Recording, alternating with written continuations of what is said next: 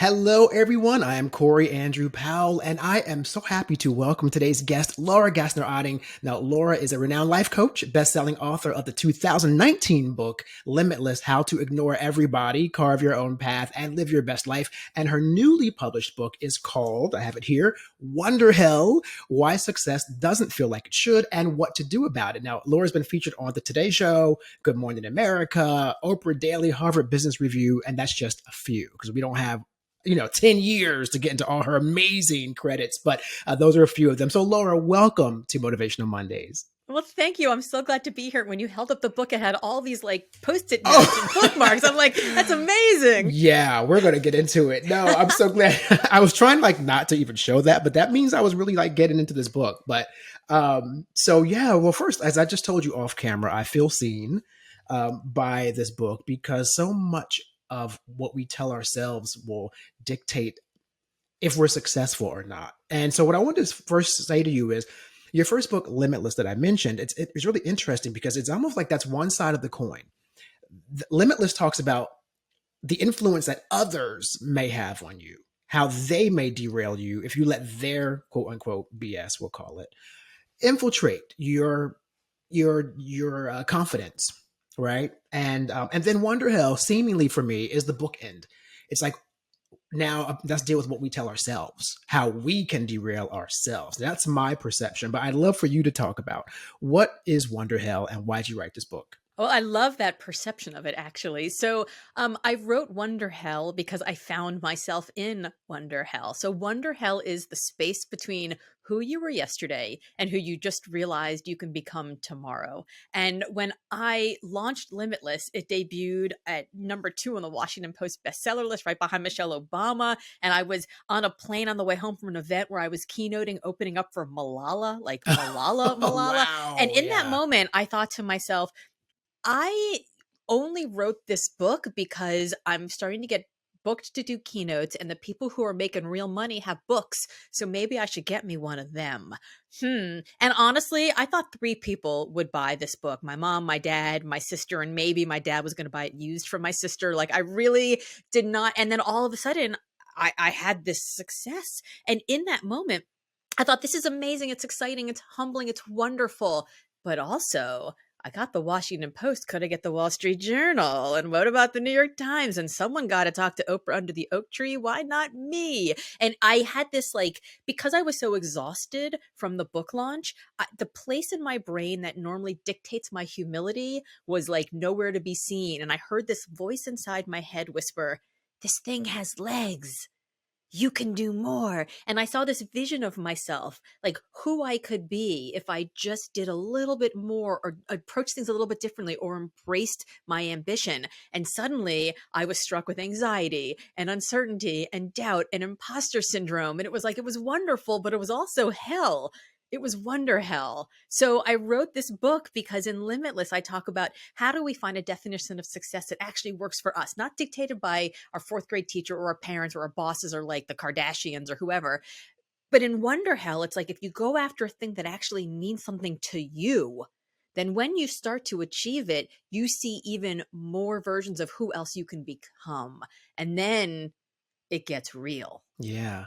And you give good examples of that. I mean, I'll talk about one later, but there's an example of a gentleman named Chris, I believe, in the book, and kind of living in the shadow of the father and Chris Plow. Yes. Right. And what success meant in the eyes of what his father would think is successful, and how he almost burned himself out, where he did burn himself out basically, until he sort of reassessed and reflected on who he wanted to be.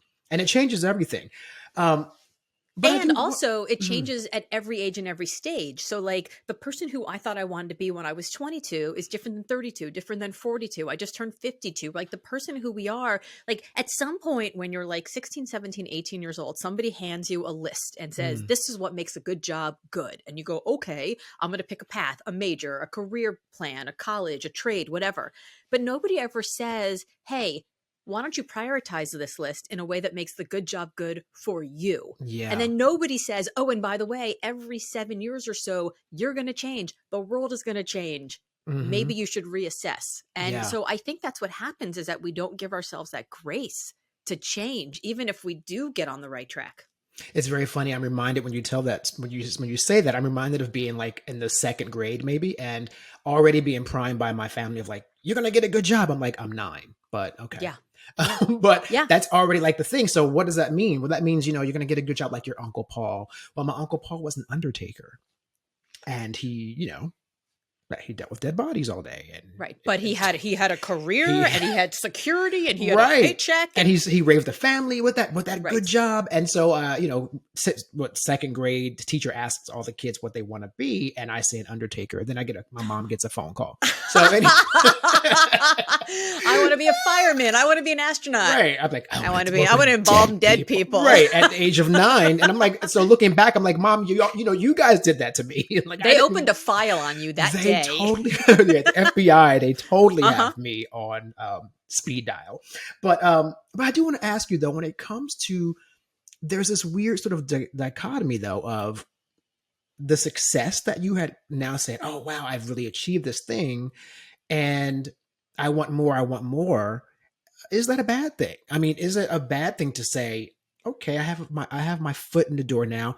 Why not become, Oprah's next protege, or what? Where's the balance between saying, okay, it's okay to want more and appreciate what you have? So in this moment that I was on this airplane flying back, I was flying from Vancouver, where, as I mentioned, I opened from Malala, back to Boston where I live, where the very next morning was my goddaughter's bat mitzvah. Couldn't miss Malala, couldn't miss the bat mitzvah. I'm on this red eye, and I'm sandwiched between these like 2 giant linebackers, and I can't fall asleep. And I open up my laptop and I write this whole screed of a Facebook post about this moment I'm in right now, Wonderhell. And I thought to myself, and I actually wrote this, and I start the book by talking about this moment. They say if you can name it, you can tame it. And in that moment, I was like, I don't want to tame it. I want to claim it. Like, I want to see what else is out there, and not in this like bigger, better, faster, more. You got to keep hustling and rise and grind. But in this, like, I didn't know I was capable of that. And now that I know I am, like, the work I did opened more doors than I ever thought possible. And I looked through those doors. I saw even more doors that I never thought were possible for me. Like, I knew they existed, but I didn't know that the people who achieve it are just humans. Like, I thought they were superhumans, and it turns out they're just humans, and they just worked smarter, or they were luckier, or they were more connected, or they had more resources. And I thought that the chasm between where I sat and where they were was way bigger than it was. And once I was like, oh, I'm on the precipice. So it could be like, maybe you just sold your first business. Maybe you just sold your first consulting contract, right? Maybe you just sold your first tube of lipstick. It could be a huge success. It can be a tiny success. All that matters is it's like something you didn't know if you could possibly do. And when you do it, you realize it. Like, I ran my first mile of my life right before I turned 40. And it took me 6 weeks to run that mile without literally stopping and like hurling, literally. Yeah. And at the end of that, I was all hopped up on endorphins, and I'm like, if I string 3 of those together, maybe I could do a 5K. And so, right, I did. It took me 6 more weeks, and I signed up for like the couch to 5K, and I did it. And at the end of the 5K, I was like, if I string 2 of those together, maybe I could do a 10K. And after I did that, I was like, if I string 2 of those together plus another mile, like, I could do a half marathon. And I live in Boston, so you know where this is going. Yeah. Fast forward a few years, I've now run 5 marathons. But if you had asked me the day that I first started running, will you be able to run a marathon? I would have been like, no way, no how, never. That's for other people. But each time I got a little closer, I saw like the next step isn't as far. Like the step from like never running a mile to running 5 marathons is a pretty wide chasm. But the step from 1 to 5, from 5 to 10, from 10 to half, each one of those gets you closer and closer, so that like the next finish line is in sight. And then as soon as you get through the next finish line, you're like, oh, there's another one. And I'm interested. There are also moments where you say, you know what? That's enough. I don't actually want to do it. What I learned about myself in the process of this new victory is that the next victory down the line isn't actually as interesting to me. So I'm going to go do something else now. And that's okay too. Yeah, I love that you talk about that, because as a leadership podcast, we often discuss here the actionable steps. So you definitely have these. You might want to go from 0 to 60, but people often don't strategize like those small incremental steps to getting there, and that's where I think the failure happens, where they just, to your point, it's a good thing you didn't say, just wake up, go, I'm going to run a 5K, having never run a mile in your life. That would have been disastrous. But people Yes. do that all the time. And that's where we talk about, I think, in your book, in this section of the book for Wonderhell, when we're talking about the things that we do to self-sabotage, where we need to be a lot more intentional Yes. with our actions. Yeah, and I think, I was listening to somebody on a podcast the other day saying that we overestimate what we can do in a day, but underestimate what we can do in a year, right? And I so it's love not that. about the big giant actions. It's about these tiny little actions, like these little steps, these small habits each day, like being intentional about it. And so, I'm right now in the midst of book launch. So like my life is complete and total chaos. Like Mhm. I haven't slept in the same bed for 2 nights in a row. I haven't slept for more than 2 hours a night. Like I'm just exhausted. Hotels. Yeah. Right? And so I could say, well, everything's just going to crap right now. I'm just going to ride it out and eat a bunch of frozen pizza and Funyuns and like comfort food, right? One of my favorites, by the way. Sorry to the people on the plane next to me after I've had pizza and Funyuns, Funyuns. but I could also say, look, I know that the pillars of good health are hydration, nutrition, sleep, and movement, right? So like maybe I'm not going to be able to go out and, row for an hour on the Charles River or run, a 10K tomorrow, but I can stretch for an hour. I can decide while I'm waiting for the airplane to just do a couple extra loops around, the airport. Like I can move for an hour. I can make sure that I'm drinking enough water. I can say, okay, I do want to have the Pop-Tart. Before I do that, I'm going to have like a breast of chicken. Like I'm just going to try to make sure that I'm just doing the small things that I know will add up so that I'm not in this kind of energy debt later. And I think we get ourselves in energy debt when we're not intentional about some of the better habits that we just know are good for us. Yeah, very true. I mean, very often it's like we just know, like, for example, it's very clear that, and I'm guilty of this, but it's very clear that fitness will help you live a healthier life. Fitness may potentially help you live longer. There's a whole bunch of benefits that we know that we can gain from that. And yet most of us really are deficient in how well we take care of ourselves, knowing exactly what the income is. But it's much easier to sit on the couch with the remote control. It's much easier. And I try to think about like what are the things that happen in my life that get me off track. And sometimes it's like really well-intentioned stuff. Like somebody wants to pick my brain. They're interested in me mentoring them about some particular thing. And so I say, great, no problem. Here's my calendar. Just pick an hour. And they pick an hour, but what hour do they pick? They pick the hour that works for them. First of all, they don't need an hour. They probably need 40 minutes or maybe they need 20 Even minutes. less, But like yeah. you just give people your time and they pick the hour that works for them. And the hour that works for them may be the hour, maybe part of the block of the day where I am the most creative. So now I'm giving somebody, if I'm the most creative between 9 and 12 every morning, and I'm giving somebody the hour from 10 to 11, I'm not only giving away my gold of that 1 hour, I've probably given away all three because I'm really not going to be focused. I won't have that big work block. And so what I think to myself is, okay, well, if I'm sacrificing that, then what happens? Maybe I'm waking up earlier, maybe I'm working later, and I'm skipping my workout. So now instead of like meet and eat, I do a meet and move. So we say to people like, I'd love to help you with that problem. If you're an early riser, I'm awake every day at 6 a.m. on my treadmill. You can walk, you can sit at your desk, doesn't matter to me, but we can meet and move. So if you don't mind a little heavy breathing, and the person sometimes will say like, well, I don't know if I can walk and talk. And I'm like, well, that's fine because you're asking me for advice. So I'll be doing most of the talking. So you'll be okay. But so I try to think of like, what are the things that I'm sacrificing? And what are the things that I still like want to do for free for other people? And how can I combine those so that it's more intentional? And I get to like start my day by feeling good physically because I'm moving, feeling good emotionally because I've helped somebody, and feeling good mentally because the best way to get out of imposter syndrome is to help somebody else do something you've already done because it reminds you that you actually know something. So I end up starting the day in a much better place. And then that creative block is way more efficient. Yeah, I mean, the mentoring aspect is wonderful. I mean, to your point, I mean, when we feel like we can maybe help someone avoid the pitfalls that we encountered, or help it be a little easier for them because we have knowledge to gain. But I love that you bring up that it can really be at the detriment of our own success and our own ability to thrive. And I had to learn that. And I'm a yes person. I want to say yes to everybody and everything. So I'm a helper and I want people to like me. Yes. And there's nothing wrong with that. Right. Up to a point. To a point where what I'm learning now, thanks to another guest I had on the show named Rob Shooter, who is a publicist to a lot of celebrities, he was like, there's a point where you have to don't say yes first. Actually say, I'll get back to you. Assess your bandwidth.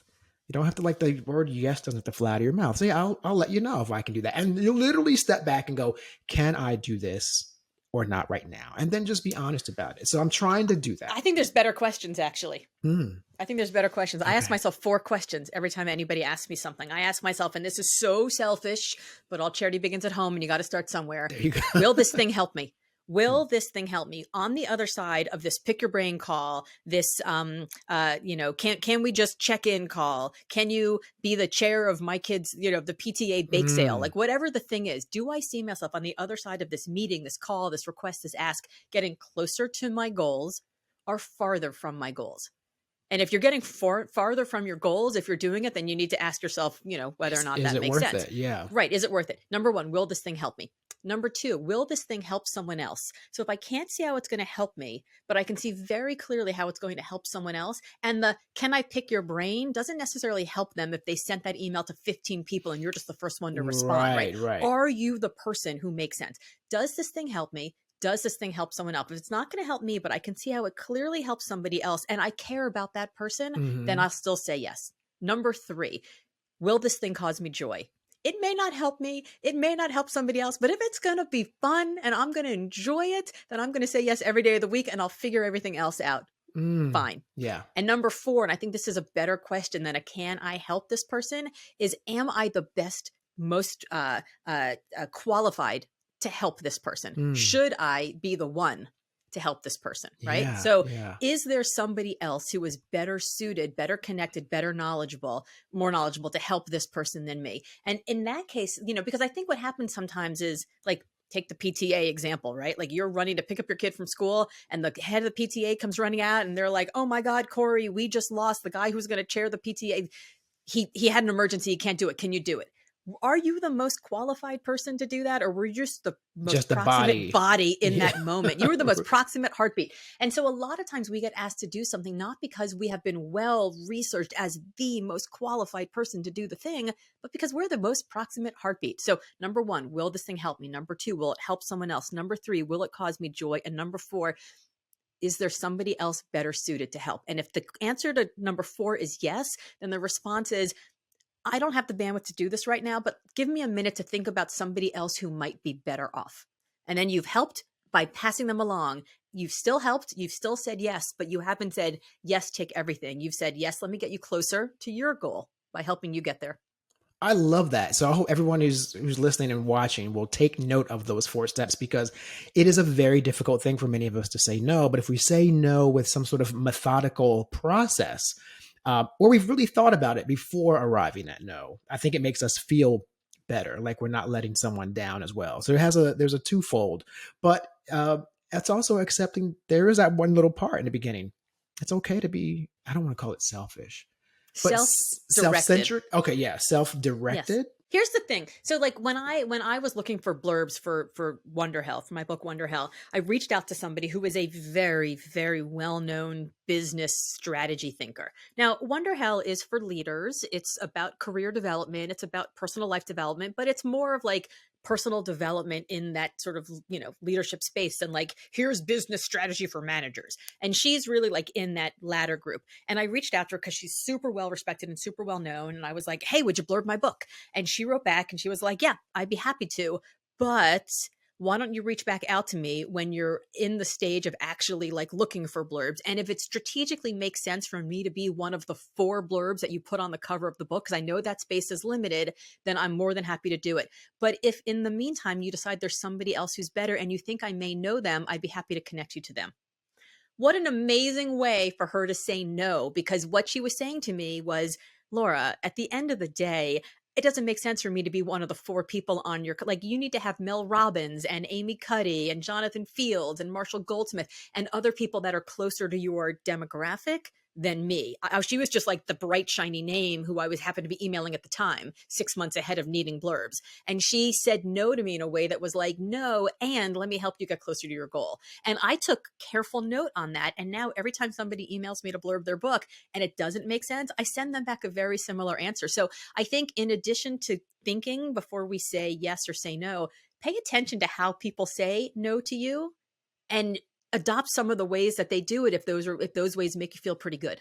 In a way, it's a different situation, but it reminds me of a lesson I learned when I had my first role in management, managing other copywriters.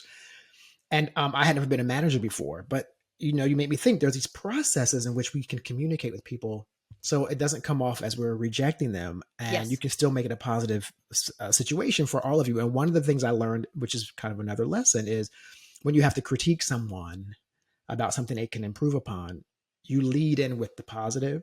Mm-hmm. When you want to talk to them about something they could do better, lead Yes. in with something that they do well already and congratulate them on, or tell them that they're doing good, commend them on it, and then be like, but you can work on this a little bit. So there's these lessons that we can learn just in leadership that really go across all situations, I think. Yes, there's a woman by the name of Tamsin Webster who does a lot of coaching for speakers, and I watched her coach some speakers once, and she started off with the positives, and then she went to and it would be even better if you. And I was like, oh, that's a great phrase. Would be even better if. But can I tell you my worst management story ever? Please do. Yes. So when I first started managing, I had no idea how to manage. I had no idea what to do. And I was growing my executive search firm so fast that I just needed somebody who I could say, I'm super busy, President Laura. Have you met my VP? So-and-so, right? We'll call her Jane. Have you met my VP Jane? And so she could slot in for me. Right. Now, okay, I made the mistake by hiring somebody who was not actually senior enough, but who was like close enough. And I figured if I gave her the VP title, then I could just, here you go. Now, what happened is because I gave her the VP title, she thought she was a VP. She wasn't a VP, right? But she thought I gave her the title. And I kind of had to unteach her everything she thought she knew before I could teach her how to do things the way we did it at this firm. So I'm Gen X. She's a millennial. She went to business school. I did not. She lived in New York City. One day I was in New York. Things were not going. I ran a virtual company, so we were remote before it was COVID cool. So I'm down in New York City, and I'm meeting with a client, and I decided we're gonna have coffee because I need to like have a conversation with Jane and directly, be like, okay, things are not working. So I sit down and I start to like give her some feedback, which admittedly I was not doing very well because I didn't know how to manage people. And she leans across the table and puts her hand on my arm and she goes, Laura, let me talk to you about how to manage people of my generation. Oh, okay. First of all, like, how did you don't do that? Right. I was like, okay. And I'm thinking to myself, like, I'm trying basically not to fire you in this moment. Like, okay, please illuminate me. So she's, let me teach you about how to talk to people, manage people of my generation. I was like, okay. And she goes, have you heard of this thing called a compliment sandwich? And she's literally using this tone of voice with me. Now, if you've been listening to this podcast for the last 20 minutes, you know that like, that's not a tone of voice that I probably like want to have a conversation in. No. And she says, and I'm thinking to myself, like a compliment sandwich, like nobody says, I want a rye bread sandwich. They say, I want a roast beef sandwich. It's not compliments. It's crap. Like it's a crap sandwich. I'm like, no, do tell. So she goes, well, in exactly this tone of voice.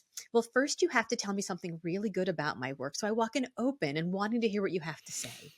Then you need to give me some criticism. And then she wags her finger at me, but it needs to be constructive.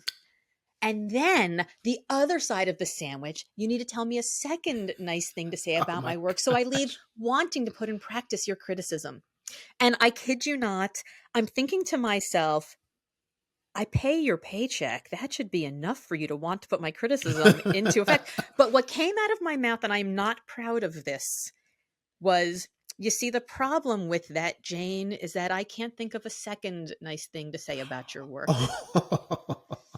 Corey, it might have been the worst, most horrible, most cruel thing I've ever said out loud in my life. It was terrible. And in that moment, I realized I need to learn how to manage people because I can never do that again to another human being. I mean, it wasn't it wasn't factually incorrect, But but it was yeah, not kind. It no, was no. not good. And so learning how to help people, learning how to talk to them, learning how to teach them how to be better became, I mean, I'm one of the top executive coaches in the world now. Like learning how to give people feedback became Yeah. a passion of mine after Hmm. that moment.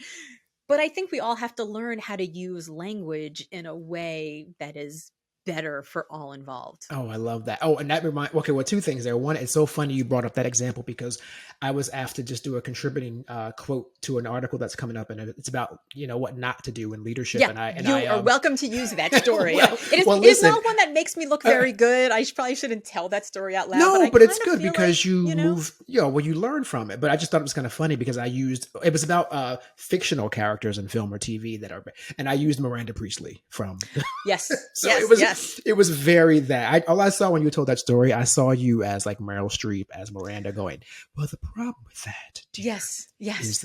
that. So, but you That's learn from all. it. That's Yeah, all. that's all. Move That's all. along. But Yes. but there's a leadership lesson there, which I want to bring back to assessing our mistakes, Hmm. learning from them. You knew in that moment that you had to make something, make a difference so that you could then progress and be who you are today, which is Yes. a highly respected leader in that space. But yeah, so if you don't learn from those mistakes and lead with humility, then it's all that. I think that means you're a bad person, and that's not who you are. You know what I mean? Yeah, and I think it's funny because in the moment, I mean, I remember leaving there and just being like, and I called my mentor at that point, and I was like, dude, I just did something um cruel and possibly inhumane. Like I need to learn how to manage. And he said, you actually don't need to learn how to manage, you need to hire a COO who's going to manage your people for you, because the highest and best of your use of your time is being out selling your firm, like being out there talking up the new way that you're doing executive search so that the entire sector can understand it and get it and want to hire you. Then you need somebody inside who's going to manage your people. Like you need to like tell people about the incredible quality of the work you're doing, and then somebody inside who's going to make sure that quality is delivered. It's like you can't do both. And it became, and I thought, well, I could do both. Like I can both learn how to give better feedback, but also not have to be the day-to-day manager and quality improvement of all of my people, because that just makes me want to, pluck my eyelashes out one by one. But it was that moment in time. I think a lot of people who are entrepreneurs, they start a business, they do the work really well, so they get offered more work. They do that work really well, they get offered more work, and suddenly they find themselves doing a lot of work and they have to bring somebody in to help them. And so they go from doer to manager, and then from manager to leader. Sometimes they go from doer to leader, skipping the manager part, which is what I did. I went from doer to leader and I never learned how to manage along the way. And because of it, my company didn't grow as fast as it should have in the beginning, because I wasn't putting into effect the systems and the structures and the quality expectations and the training and all of those things. And I think sometimes we have to stop and say, um, is this the highest and best use of my time? Are there better people who should be doing some of these things? Uh, like, what is the role that I should be playing? And in the book, I talk about this. So the book, as you know, it's organized like an amusement park. Success is supposed to feel fun, just like an amusement park, and then you get there and you're like, I don't know, man. Like I'm hot, I'm sunburned, the corn dog on my stomach doesn't feel so good. I thought this was going to be fun. So there's Imposter Town, Doubtville, and Burnout City, and in each one of the sections there are rides, like the Hall of Mirrors or the roller coaster, that evoke the feelings we have. So in the Burnout City chapter, there's one that I call the whack-a-mole game. And in it, I talk about two people who were entrepreneurs, one in the nonprofit space, one in the for-profit space, who, as their nonprofits or their companies grew, found themselves stretched in so many different directions that they were still like fulfilling orders, for like individual purchases, while also talking to banks about like $1 million, lines of credit. And we really have to decide, if we're being intentional about our leadership, what are the things that nobody else but us can do? And how do we delegate everything else? Laura Gassner Otting, author of Limitless, but also author of the new book, Wonderhell, which is a terrific read that we all can benefit from. Thanks for being here today. It's really been a pleasure. And I think I'm going to go run a marathon, maybe. Let me know. I will do. We can train together. Thank you. All right. I'll keep you. I'm going to put that in my note in pencil, though. No, So- well, we'll see. We'll see. You never know. Thanks so much. Thank you, Corey.